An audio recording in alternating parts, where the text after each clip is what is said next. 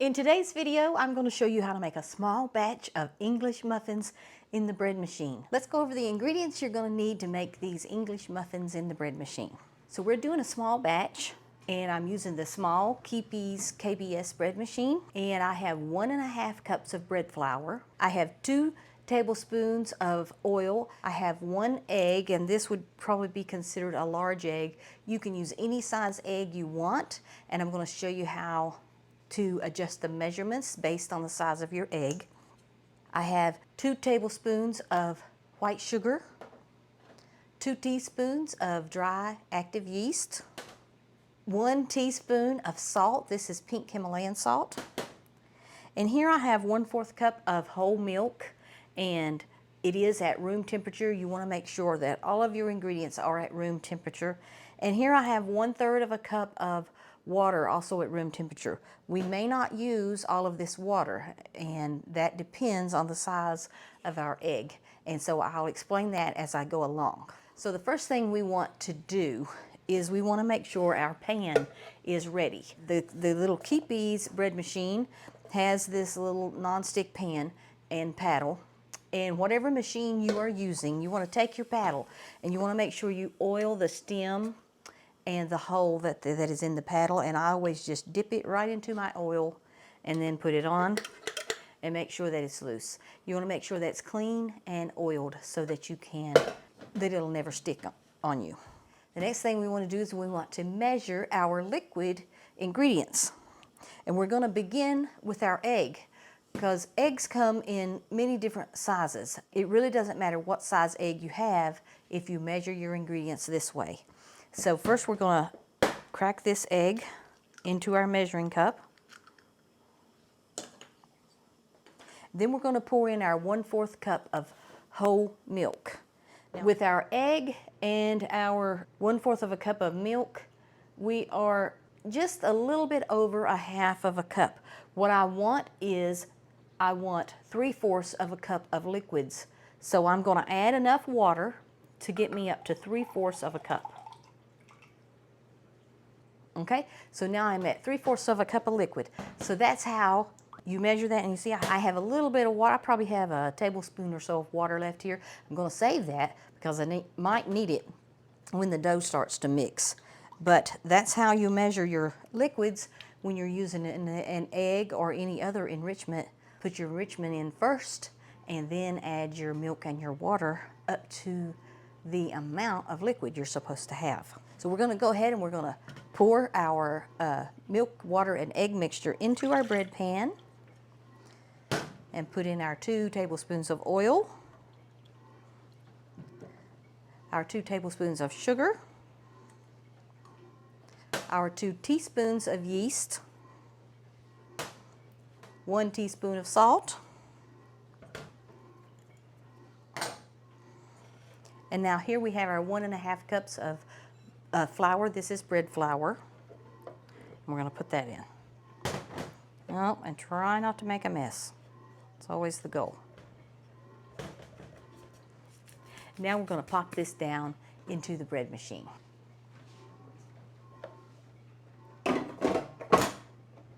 Now we want to go to the raw dough cycle on the bread machine. And on this Keepies, it is cycle number 11. And it is 23 minutes of mixing time. So we're going to go ahead and hit start, and then we're going to check it in a couple of minutes to see if we need to add any liquid or any flour. We are aiming for a sticky dough. We don't want a real wet dough, but we do want a really soft, sticky dough. You don't want a really firm dough with your English muffins. So I'm just going to take my little spatula and I'm going to get anything that's on the edges of the bread pan. And while I'm in there, I'm going to check the consistency of the dough. And it's really soft, but it's not wet, but it's a nice soft dough. That's exactly what I want right here. And hopefully you can see this. I'll kind of let you see. See, it is sticky. It's not wet though. It does kind of stick to my fingers a little bit, but that will change as it continues to mix. So I'm going to let this continue mixing. It's got 21 minutes left, and we're just going to let it go. So I let the dough mix for about 15 minutes, and I'm going to turn the machine off, and I'm going to leave my dough here in the machine. I just wanted to show you what it looks like. It's sticky. It doesn't matter if we take the paddle out now or whenever. I'm going to go ahead and take that out because we're not going to bake in the machine. But it is a sticky dough, nice and soft, and that's what we want. And I'm just going to leave it in the machine to rise for about 30 minutes. It's nice and warm here in the machine. 30 minutes to 45 minutes, however long it takes it to double in size. Our English muffin dough has been rising for about 45 minutes, and it is ready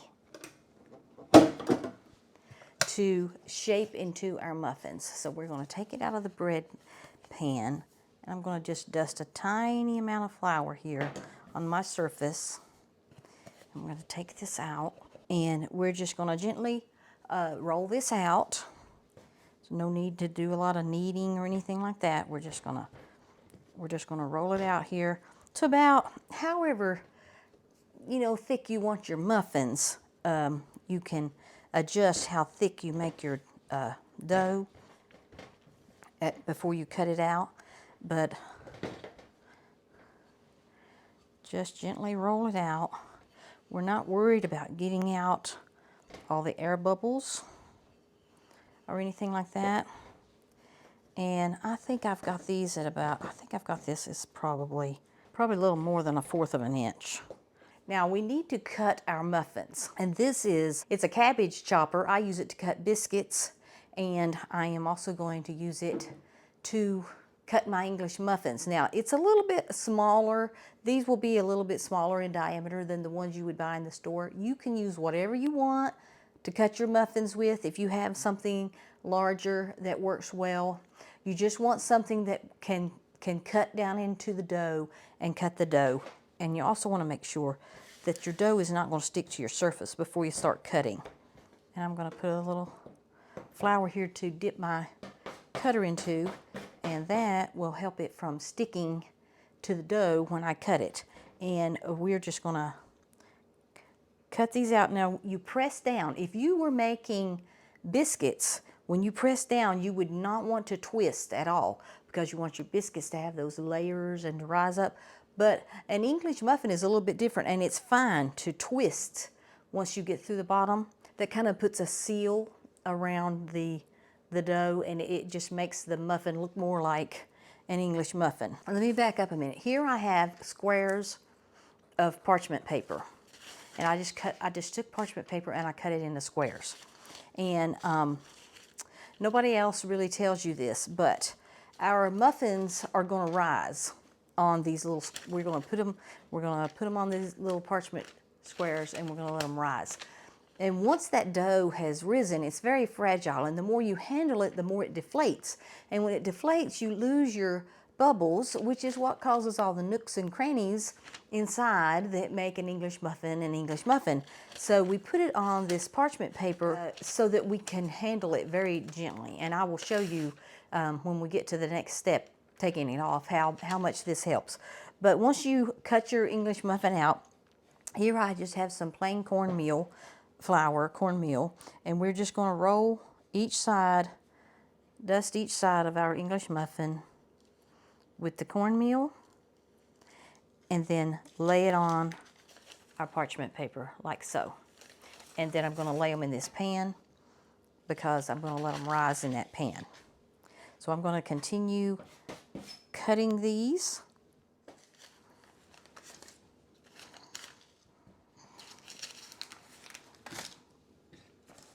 So I ended up with 8 muffins, and then I have a little piece of dough here, not quite big enough for a full muffin. And this is going to be our sacrificial muffin that we will use when we start cooking these muffins, and I'll show you what I mean by that. Now I'm going to put these into my oven with the light on, which makes a nice warm place. And they're probably going to take 30 minutes to 45 minutes to rise, and we're going to let them rise until they rise up nice and fluffy, and then we'll be ready to cook them. Our muffins have risen up so nice and they are ready to fry, cook. I'm not sure what you call this. It's like you would cook a pancake. So it's not exactly frying because you're not submerging them in oil, but you are going to use a frying pan. It's important to get the heat in your frying pan to the right temperature. And I have this little infrared thermometer. You don't have to get one of these. I'm just using this to show you my pan. It was at 300 and it's jumped up to 350. So I'm going to turn it down a little bit. So the temperature now is at about 300, and on this little hot plate, that is on number 5. So I would call that medium to medium low. So you want to make sure that your pan is just not too hot. And if you've ever made pancakes, you always know that the first pancake usually does not turn out too well. Most of the time it burns or it absorbs too much of the oil. It's just not exactly that texture that you want in a pancake. And that's why I said we were going to let this muffin be our sacrificial muffin, which it has risen up so beautifully. I hope it does really well. We're just going to put it in our pan first. We're going to do this one first to make sure we have the temperature of our pan correct. So we want it to get a little crusty, golden brown on one side, and then we're going to turn over. Just like you do when you're making pancakes, except this is bigger, so it takes longer. And when you're making pancakes, you can see the bubbles forming, and you can't see the bubbles forming in your English muffin. I am using a non-stick skillet. You can use cast iron or a non-stick skillet that you have. And I lightly oiled it. I put butter on a paper towel and just rubbed it all around on the inside to give it a little bit of oil. But you don't want like to grease up the pan really heavy. You want it lightly oiled is all you want. You don't want to rush this because you do want your muffin to be completely done on the inside, so you don't want to rush it and you don't want it to cook too fast. That's why it's important not to have the heat of your skillet too high, because if it is, then it's going to get really brown and burnt before it gets done on the inside. Okay, so it has been 8 minutes on this one side, and we're going to go ahead and turn it over and just look how beautiful and golden that is. And we're going to let it sit on this side for 8 minutes, and then it should be completely done. If you have a thermometer, you can take its internal temperature. You want it to be at least 180. 200 is preferred, but it's kind of hard to get there with at a low temperature. And this is reading at like 185, and we are going to call this one done. And I'm going to let it cool for just a moment. And then before I put the others in, I'm going to open it up and let's make sure that it's done in the middle. You shouldn't cut them open until they're completely cool, but remember this was our sacrificial muffin. And to split an English muffin, you use a fork and not a knife, and you just go around sticking your fork in and then tearing it open. I would say if I hadn't tore it open that it would have been done on the inside. No. I'm just tasting it to make sure it's not doughy. So I think from the outcome of my test muffin, and it being, you know, it was shaped a little different, a little fatter, I'm going to let my muffins go for 12 to 13 minutes on each side.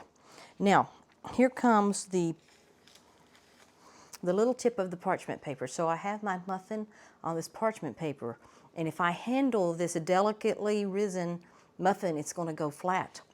But because I've got it well, cornmeal under the muffin and the parchment paper, it's going to slide right off into my pan, and I'm not going to disturb it so that it's not going to fall, because it's always heartbreaking if they fall. Now this muffin is a little thicker, so I may have to let it go a little bit longer. And I'm going to do 4 at a time.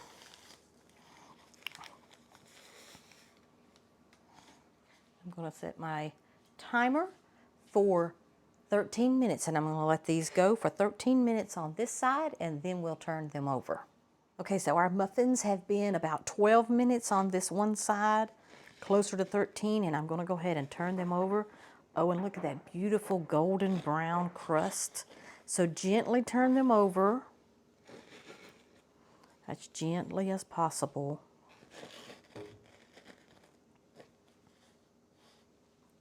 Now we're going to let them go for about 12 more minutes on this side, and they should be done. So we are at about 12 minutes, and I believe these are done.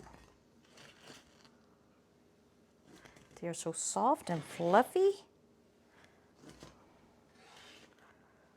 This one's a little big, so I'm just going to leave it in there while I place these others into our pan. I'm telling you, if you haven't tried this little parchment paper trick, you are going to love it. People do this when they make donuts to help them slide the raised donut into the hot grease.